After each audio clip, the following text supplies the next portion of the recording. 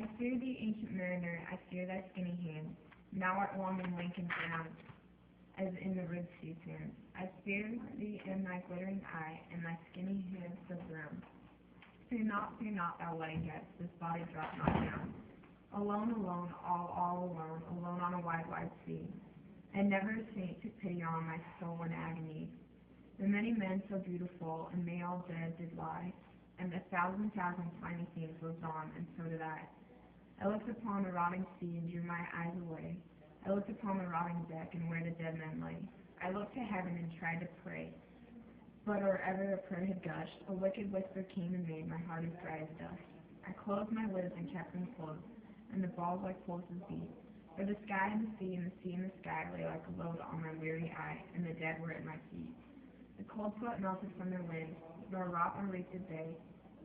The look which heaven looked on me had never passed away. An orphan's curse would drag to hell a spirit from on high. But oh, more horrible than that is the curse in a dead man's eyes. 7 days, 7 nights I saw that curse, and yet I could not die. The moving moon went up to the sky, and nowhere did abide. Softly she was going up, and a star through the side. Her beams bemocked the sultry main, like April hoarfrost spread. But when the ship's huge shadow lay, the charmed water burnt away, a still and awful red. Beyond the shadow of the ship, I watched the water snakes, and they moved in tracks of shining light, and they reared the elfish light, fell off in hoary flakes. Within the shadow of the ship, I watched their rich attire, blue, glossy green, and velvet black. The clothes swam in every track with a flash of golden fire. Oh, happy living things, no tongue their beauty can declare.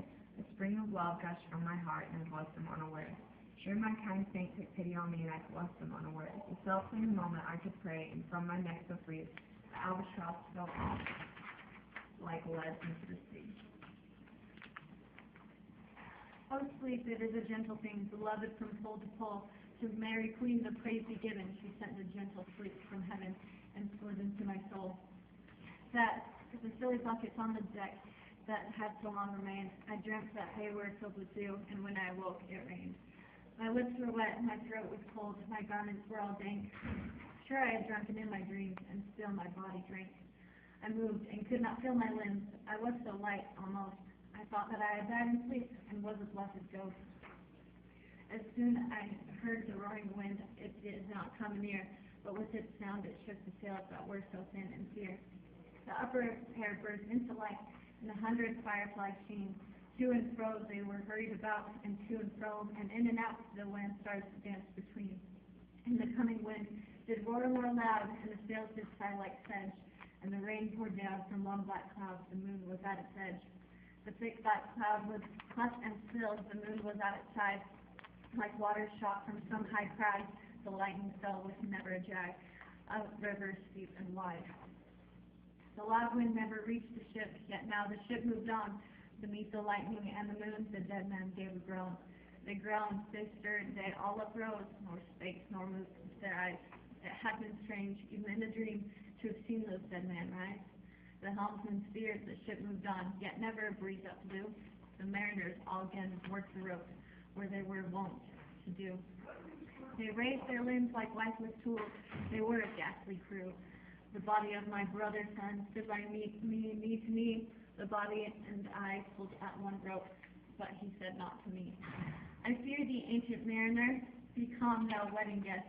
Look not those souls that fled in pain, which to their corpses came again, but a troop of spirits blessed. For when it dawned, they dropped their arms and clustered round the mast. Sweet sounds rose slowly through their mouths, and from their bodies passed. Around flew each sweet sound, then darted to the sun. Slowly the sounds came back again, now mixed, now one by one. Sometimes a dropping from the sky, I heard the skylark sing. Sometimes all little birds that are, how they seemed to fill the sea and air with their sweet jargoning. And now 'twas like all instruments, now like a lonely flute, and now it is an angel song that makes the heavens be mute. It ceased, yet the sails made on, a pleasant noise till noon, a noise like a hidden brook in the leafy month of June, that to the sleeping woods all night singeth a quiet tune. Till noon we quietly sailed on, yet never a breeze did breathe. Slowly and smoothly went the ship, moved onward from beneath. Under the keel 9 fathom deep, from the land of mist and snow, the spirit fled, and it was he that made the ship to go. The sails at noon left off their tune, and the ship stood still also. The sun, right up above the mast, hath fixed her to the ocean, but in a minute she 'gan stir with a short uneasy motion, backwards and forwards half her length with a short uneasy motion. Then like a pawing horse let go, she made a sudden bound. It flung the blood into my head, and I fell down in a swoon. How long in that same fit I lay, I have not to declare, but ere my living life returned, I heard and in my voices discerned 2 voices in the air. Is it he, quoth one, is this the man, by him who died on the cross? With his cruel bow he laid full low the harmless albatross. The spirit who bideth by himself in the land of mist and snow. He loved that bird that loved the man who shot him with his bow. The other was a softer voice, as soft as honey dew. Quoth he, the man hath penance done, and penance more will do.